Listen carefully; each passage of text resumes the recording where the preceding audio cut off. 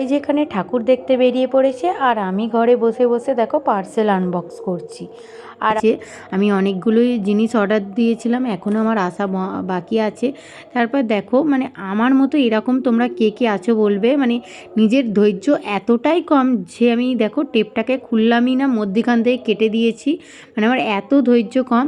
তারপর চলো পার্সেলে কি এসেছে দেখি। আর আজকে পার্সেলে এসেছে এটা পার্পেল থেকে আমার কিছু, এদিকে দেখো একটা ফেস ওয়াশ ছিল আর সিট মাস্ক, আর এই সিট মাস্কটা কিন্তু আমার খুব ভালো লাগে, দারুণ স্মেলটা।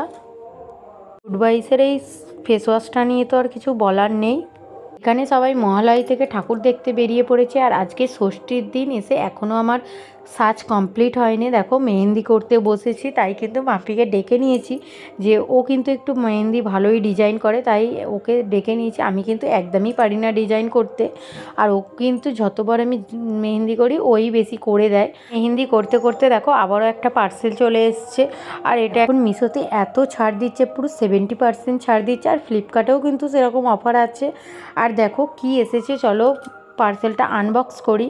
আর তারপর দেখি আমি ভেবেছিলাম একটা শার্ট অর্ডার দিয়েছিলাম, তো ওটা এসেছে না, তারপর দেখলাম একটা টপ এসেছে। আমি না এই শার্টটাও একই কালার অর্ডার দিয়েছিলাম, কিন্তু এখনও এসে পৌঁছায় না, জানি না পাবো কি না এখনও পর্যন্ত। আর টপটা কিন্তু খুব ভালোই এসেছে। আর এদিকে একটা ব্যাগ কিনেছিলাম, দেখো দুটো ব্যাগ,